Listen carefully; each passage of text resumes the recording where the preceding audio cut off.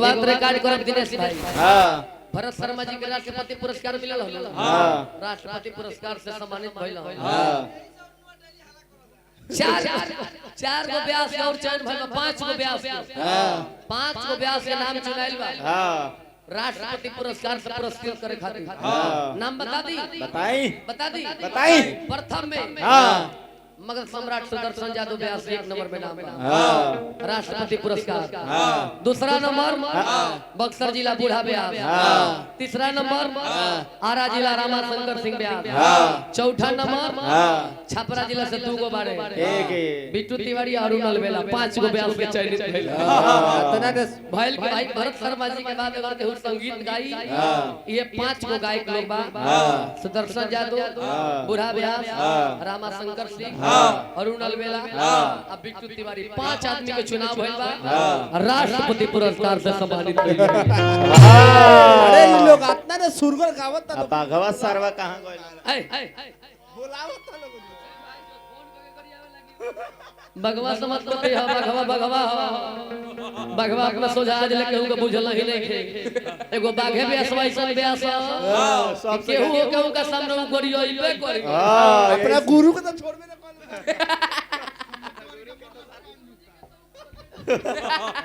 तनिया हो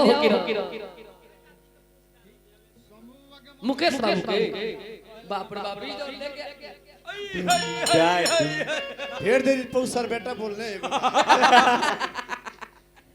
बाकी जो तू बदले बारे में चंदा जी हां सिंगल गाँव नहीं रहे। हां साउंड नहीं बना रहे मुजफ्फरपुर जिला में। हां आवाजो फंस रहे। तू राजनीति को देलो दिन की रात 3 गो झलवैया से बजवा ले।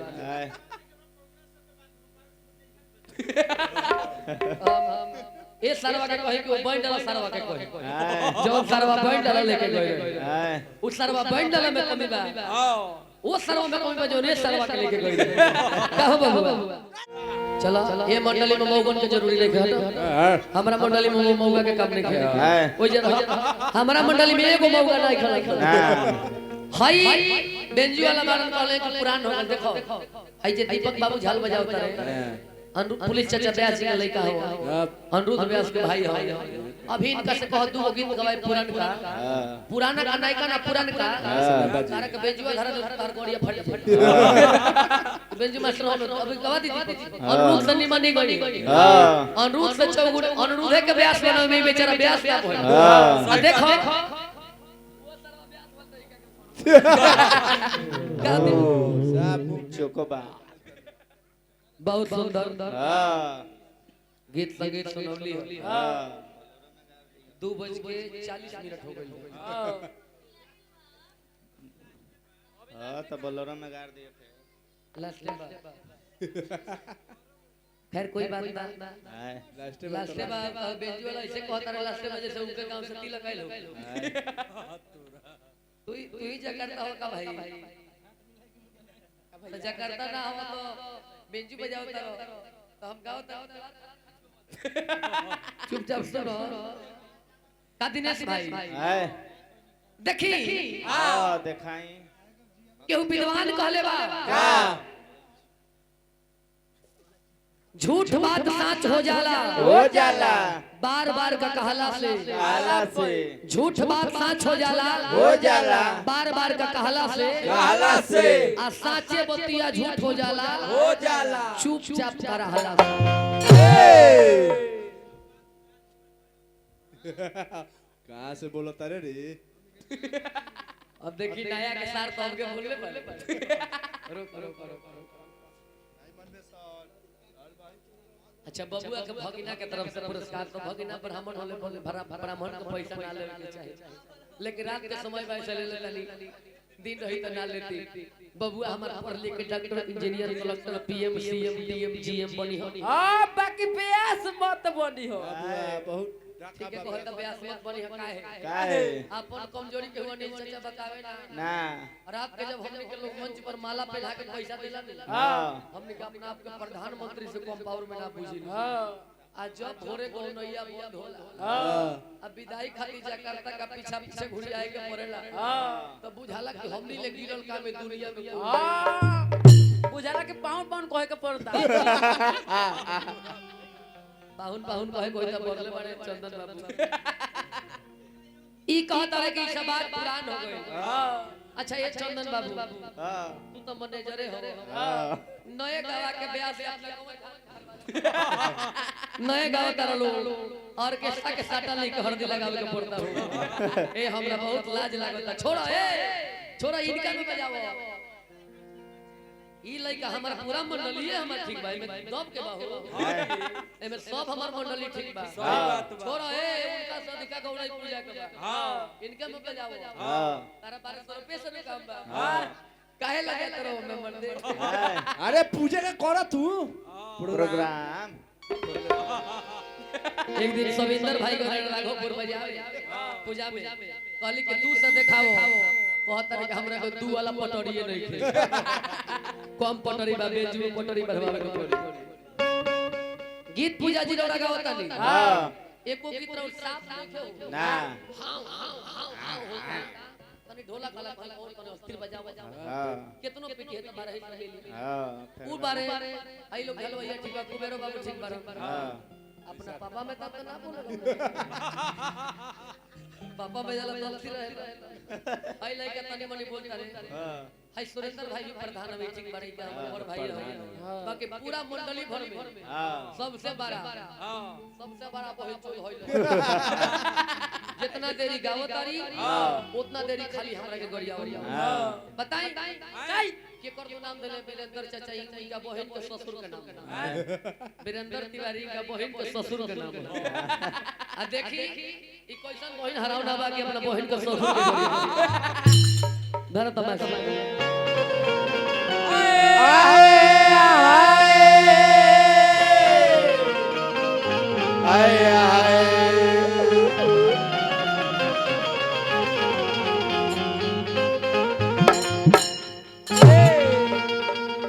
ए ताल में हम 3 गो गीत गाए।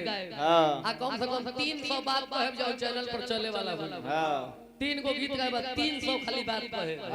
उ 300 बात याद कर ले बुझा के तार 50% और बाजार बढ़ जाए। काहे कि बिट्टू बाबा के गावला पर बाजार ना चलेला ना तारा लोग रात भर गा के नाचो। हां बिट्टू तिवारी खड़ा होकर बतिया हिसाब बराबर हो जाला। बीच में तो डाउन हो गल प्रोग्राम मास्टर जी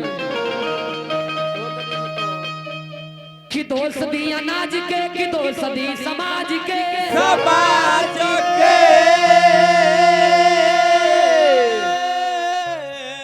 ए भैया के करा के दोस्त दी इतनी ना बुझात बा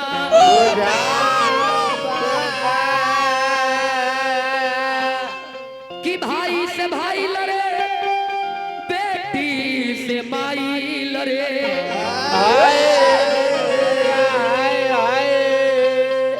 दिनेश भैया बाबूजी से बेटवा तनिक ना लजात बा।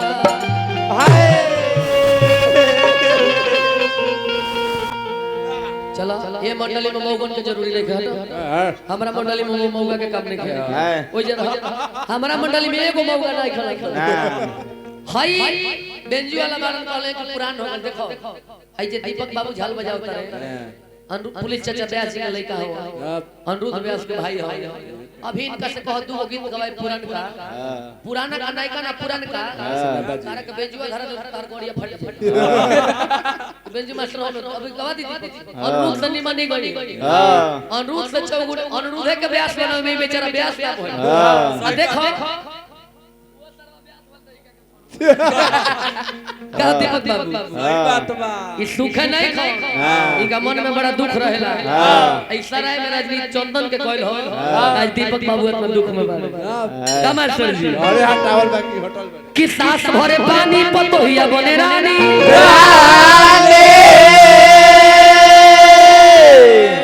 आज हे भव के हाथ से भसुर लोग पिटात बा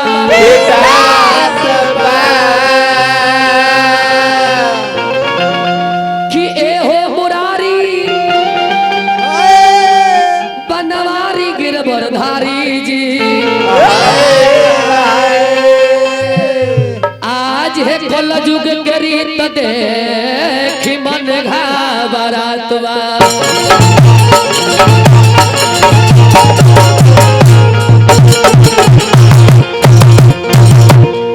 एगो बात रिकॉर्ड करब दिनेश भाई। हां भरत शर्मा जी के राष्ट्रपति पुरस्कार मिलल हलो। हां राष्ट्रपति पुरस्कार से सम्मानित भइल हलो। हां चार गो व्यास के और चयन भइल बा, 5 गो व्यास के।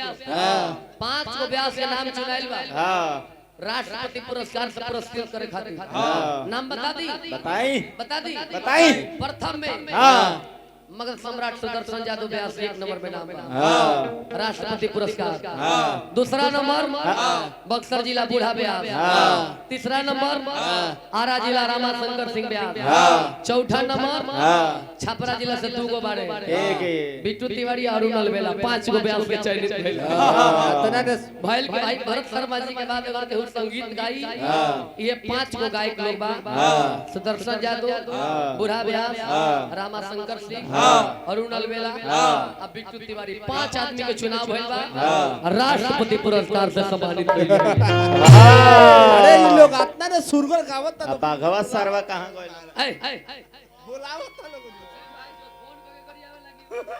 भगवा समझ तो के भगवा भगवा भगवा अपना सोझा आज लेके केहू के बुझल ही नहीं खे। एगो बाघे व्यास वैसन व्यास सब केहू का सामने उ गोरियोइबे करी। हाँ अपना गुरु को तो छोड़बे ना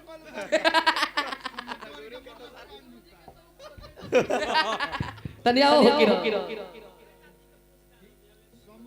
मुकेश बाबू के बाप रे बाप ई तो लेके जाए ढेर देर पर सर बेटा बोलने बाकी जो तू बदले वाला लोग चंदा जी हाय सिंगल को नहीं रहे हाँ साउंड नहीं मना रहे मुजफ्फरपुर जिला में हाँ आवाजो फंस रहे तू राजनीति को देला हो दिन की रात 3 गो झलवैया से बजवा ले। हाय